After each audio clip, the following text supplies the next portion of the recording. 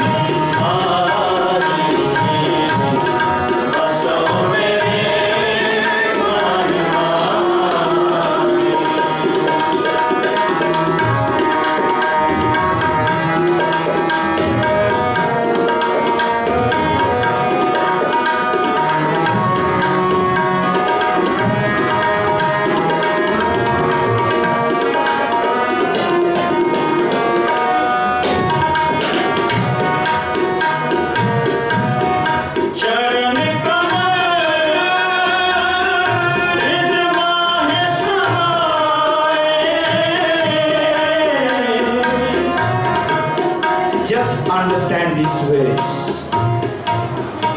Whenever you come across these words called Charan, just be clear with those words. Charan means the word of God, through which God comes to us, to which we can remember God. These words are called Charan, feet of God. रब दे चरण जिवें आपां कहने साडे foot ने साडे एक feet ने साडे एक पैर ने साडे चरण ने असीं जिवें चरणां नाल चल के जाने ना जी रब शब्दां नाल चल के अंदरों आउंदा है शब्दां नाल हिरदे चरण शब्द सतगुर को हिरदे चरण शब्द सतगुर को नानक बांधियो पा ताइयों असीं कहने जी असीं गुरु जी दे चरणी लगे हैं यानी गुरु जी के शब्दां नाल लगे आखो सतनाम। असीं कहने गुरु जी के चरण साडे हिरदे विच वस गए ओहदा अर्थ है गुरु जी के शब्द साडे हिरदे विच वस गए। जदों आपां शब्द पढ़दे ना मन चाहो कि हाँ प्रभु आप सुनिया हर मंदिर गाओ सखी ग्रह मंदिर बनिया हर गाओ मंदिर में सखी सोग दुख ना व्यापे गुर चरण लागे दिल सुभा। जदों साडा गुरु जी के दसे गुर चरणां नाल सुध लगदी है ना जी वो दिल सुभागा हुंदा है आखो Satnam.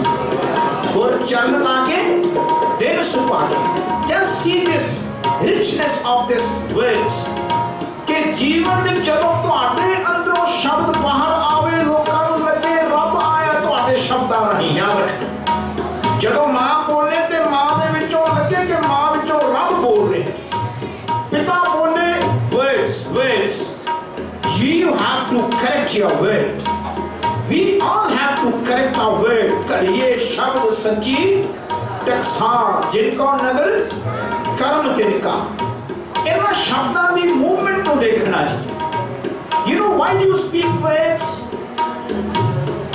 Because you want to make yourself understand others. तुसी अपने आप को दूजे को समझाना चाहते हो इस वास्ते शब्द बोलते हो राइट। तुसी इस वास्ते शब्द नहीं बोलते किसी का मजाक उड़ाना है। तुसी इस वास्ते शब्द नहीं बोल रहे कि तुसी you want to mislead someone else किसी को तुसी गुमराह करना है राइट। इस वास्ते नहीं बोलते।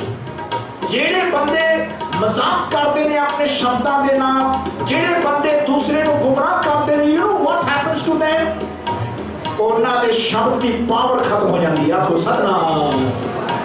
No one listens to their words, not even their children. तुहाडे बच्चे भी सुननो हट जाएंगे तुहाडे शब्द दे तुसी शब्दां को नजायज इस्तेमाल कीता याद रखना जी। जे तुसी शब्द दी रिचनेस को डेवलप करना है just remember this कि इस शब्द ਨੂੰ सुनो, अपने शब्द नाल अपने रब ਨੂੰ बोलना सीखो। ਤੁਹਾਡੇ शब्द ਵਿੱਚ पावर आवेगी, पावर। You know कितनी पावर है ਤੁਹਾਡੇ शब्दां ਵਿੱਚ। Listen, बाणी says नानक दास मुख के जो बोले इहाँ उहाँ सच हो। You know the power of the word you have once you are with your God. Once you make your word, the God's word from within, when the word comes from within you, the power of the word is to that extent जिथे महाराज कहते भगत मुखे ते बोलते से वचन होवंदे। आखो Satnam. The person who understands and learns this word, the word of God, and praise God within and practice that always, there the mind get enriched with the God's power from within, and now whatever he speaks through is the word of God. That word the mind understand. That word after speaking the mind will praise God. वो कहेगा मैं नहीं बोल रहा, मेरे मालिक है तो तू बुला रहा है। आपको सतनाम। सिख रोज प्रैक्टिस करता है। You know this? While doing नित्यनेम, while listening to कीर्तन, while doing पाठ, ਜਦੋਂ ਤੁਸੀਂ ਪਾਠ ਪੜੋ, ਕੀਰਤਨ ਕਰੋ, ਆਪਣੇ ਰੱਬ ਨੂੰ ਬੋਲੋ ਤੇ ਫੀਲ ਕਰੋ ਕਿ ਮੈਂ ਆਪਣੇ ਰੱਬ ਨੂੰ ਸ਼ਬਦਾਂ ਰਾਹੀਂ ਬੋਲ ਰਿਹਾ ਤੇ ਰੱਬ ਮੈਨੂੰ ਬੁਲਾ ਰਹੇ ਨੇ। ਆਖੋ Satnam. Feel it. Make your word God's word, ताकि जिस वेले तुहाडे अंदरों रब दी शक्ति आवे शब्दां राहीं, you yourself should feel it। ये मैं नहीं बोल रहा, रब बुला रहे हैं। तुसी बोलण तो बाद कहोगे कि बेटा मेरा बोलिया नहीं है, रब दी कृपा है। आखो Satnam. Once you come closer to your God, तुसी समझो रब दे चरण पकड़ ले। आखो सतनाम।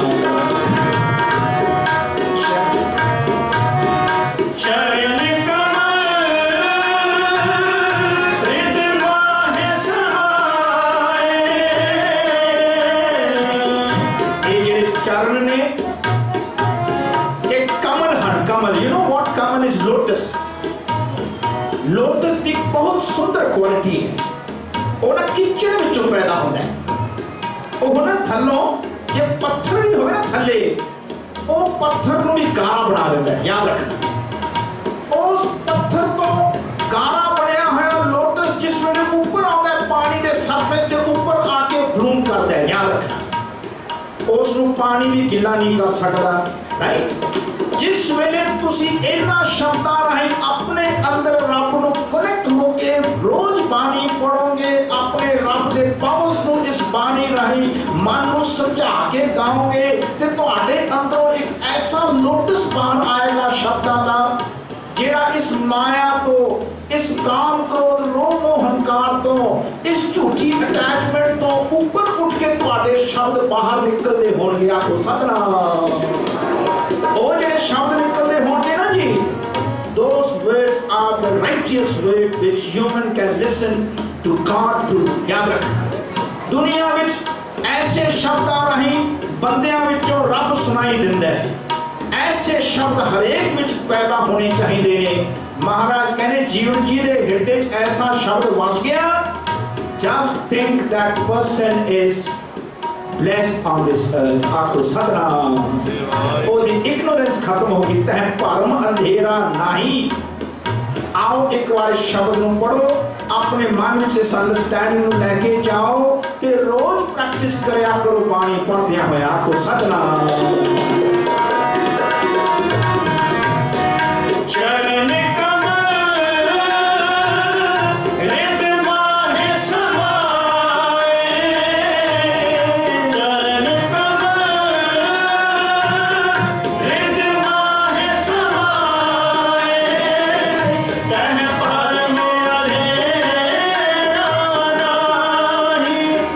नाही, तह पर में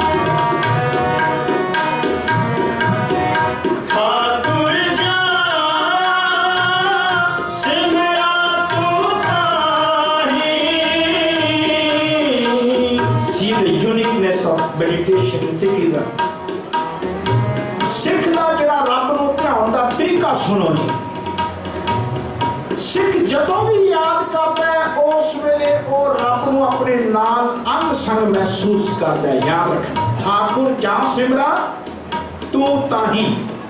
तुसी ख्याल करो, तुसी देखो जिन्हों तुसी याद करते हो, तुसी बुरियां गल्लां याद करो, तुहाडा दिमाग बुरे ख्याल विच मूव कर जाएगा। याद रखना, तुहाडे अंदर तुसी कोई बुरी गल याद करो, तुसी बहुत देर तक डिप्रेशन में चले जाते हो। याद रखना, रोन लग जाते हो, है ना। जब तुहानू बुरी गल याद आती है, you get connected in that faculty within. याद रखना, ये जितने अच्छियां ते बुरियां फैकल्टियां ने that lies within us. जेती है तेती तुद अंदर। याद रखना, everything is there within you. You are the miniature form of the whole cosmos in fact. याद रखना, पानी सेज जो ब्रह्मंडे सोई पिंडे, जो खोजे सो पा। पानी सेज काया अंदर सब कुछ वसे, खंड मंडल पाताला, everything lies within you. याद रखना, तुसी रब हो सकते हो, तुसी शैतान बन सकते हो। याद रखना, जे तुहानू पता लग जाए कि how to get connected into those faculties within. तुसी ख्याल करो, जब तुसी बहुत दुखी होने हो, की करते हो? तुसी बंदे दे कोल जाके दुख दियां गल्लां नहीं करते, तुसी बंदे को दूसरे ख्याल में लेके जाना चाहते हो। You want to shift his consciousness attention from that faculty to the other faculty. ध्यान रखना, जब तुसी बंदा डिप्रेशन में होवे, तुसी ओनू बुरियां गल्लां होर बोलते जाओ, वो बंदा डिप्रेस होकर मर जाएगा। याद रखना, मर जाएगा। With your words you can kill a person. याद रखना, with your words you can make your person, your children go into richness। ध्यान रखना, जेड़ा तुहाडा शब्द है ना जी, तुहानू बोलना आना चाहिए कि where you are hitting into other person psyche। याद रखियो, जदों तुसी अपने अंदर देखो तुसी दुखी होवो, तुहाडी सुध दुख दी फैकल्टी दे विच बार-बार मूव करदी होवे, ओदा सारा इंप्रेशन तुहाडी बॉडी ते तुहाडी माइंड दे उत्ते छाया रहंदा है। याद रखना, जे तुसी अपने आप को इस जानो कि मैं हूं दुखी हाँ, you just want to shift that attention from within, you start reading Bani, addressing to your God, you will be blessed। आखो सतनाम। बानी ताइयों कहते ने दुख रोग संताप उतरे सुनी। Right? When you feel that you are moving into a wrong direction within, you are moving, start immediately reading Bani with understanding. With understanding, you will find your attention moving out of those faculties into the God faculty within। आपको सतनाम, रब दा घर है तुहाडे विच। ताइयों महाराज कहते हैं सब कुछ घर में, बाहर नहीं। बाहर टोले सो भर में बुला, अपने अंदर मूव करन दे रास्ते नूं पहचानो जी। जिवें तुहाडी सुध अंदर जांदी है, तुसी कदे कदे देखियो तुहाडे बच्चियां दी सुध किते अंदर माड़ी टिक जाए, माता पिता बोलते भी रहन तां भी वो उत्थों शिफ्ट नहीं होंदे। याद रखना, जीवन दे विच बचपन तो बच्चे नूं शिफ्ट करन दी क्रिया पैदा करो जी। याद रखो, बचपन तो बच्चे नूं जदों भी कोई दूजियां गल्लां करे ना बच्चा, उन्हें बिठाओ के बोलो बेटा हुण बैठ के रब दी गल पढ़, रब दी गल नूं अपने अंदर अंडरस्टैंड कर। You will be helping your child to move into the faculty where the child can find peace within। याद रखना, जिथे बंदे नूं अपने अंदर सहज पैदा होएगा, सहज, सो शब्द नाल सुध नूं अंदर लेके जाना जी। आपको सतनाम। बानी सेज सुध शब्द भाव सागर तरिए नानक नाम खाना, नहीं तो बानी कहती है संगत नाल शब्द सुध क्यों पाइए, शब्द सुध बिन आइए जाइए। If you don't know how to put your attention to the word, and if you don't know how to go with the word within, if you don't understand the word and try to make yourself do part, Maharaj said it is not going to help you। आपको सतनाम, जब हम उसी पाठ करो, शब्द को समझ के टेंशन अंदर लेके जाओ, वो तुहानू रब दा घर अंदर फैच कराएगा, वो तुहानू रब दे घर लेके जाएगा अंदरों। फिर तुहाडे अंदरों रब बोलदा होया, रब करदा होया महसूस होएगा। ये ब्रह्म ज्ञानी ते संतां दी निशानी है। आपको सतनाम। जिन्ने संत होंदे ने, ब्रह्म ज्ञानी होंदे ने, साधु होंदे ने, वो शब्द नाल अपने अंदर रब नूं याद करदे ने, उन्हां दे अंदरों रब काम करदा है। वो जदों भी राइटियस काम काम करते हैं तो कहते हैं कि मेरा कीता नहीं रब दा कीता होया है। This is what the Sikh has to learn here। आखो सतनाम। आओ एक बार याद करो कि मेरे मालिक मैं तेनू जदों भी गाना जिथे भी गाना तू मेरे नाल रहना है।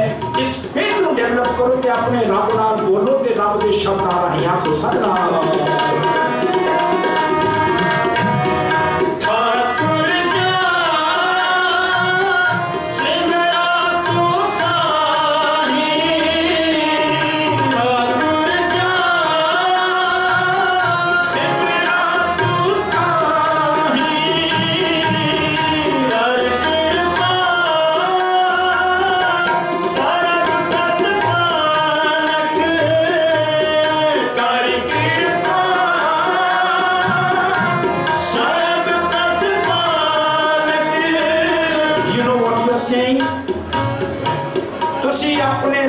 विश्वास पैदा कर रहे हो गुरु जी की बाणी राही कि मेरे मालिक मैं जिथे भी तेनू गाना ते तू मेरे नाल रहना है।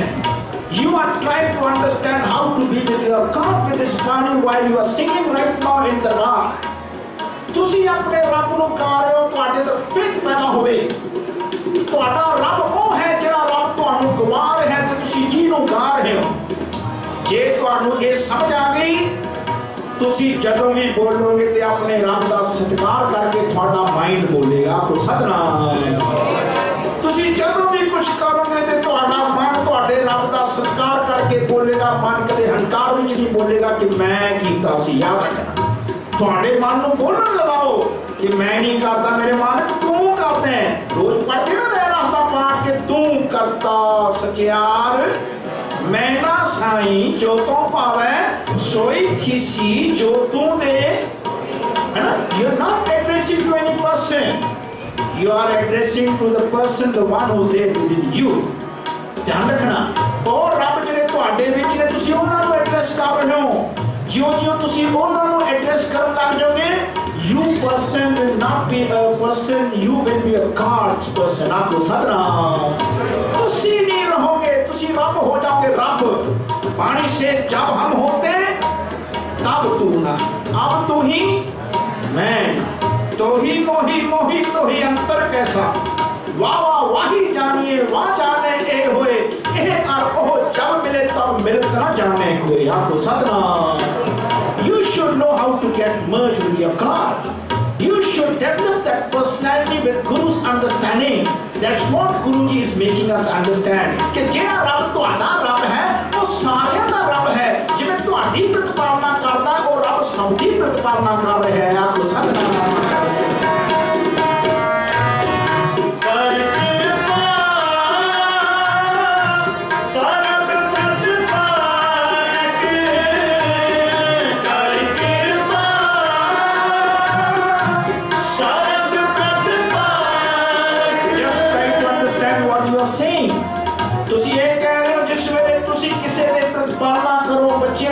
पालना करो ते तुहाडा मन के मैं नहीं कर रहे तू कर रहे हैं। आखो सतनाम। है ना। कदे भुल के नहीं कहना मैं बच्चे पाले जी, नहीं कहना भुल के भी। याद रखना कदे भुल के नहीं कहना जी मैं कुछ कीता है। हमेशा रब का सत्कार रखना जी, कहना मेरे रब जी ने कराया। आखो सतनाम।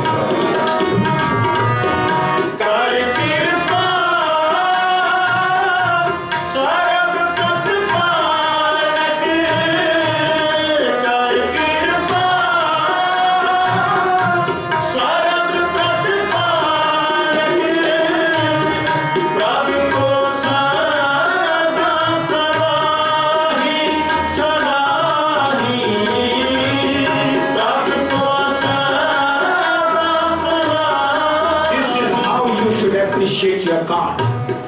जिवें तुसीं हुण बैठे गा रहे हो ना जिहनूं ओनू हमेशा appreciate करया करो। आखो सतनाम।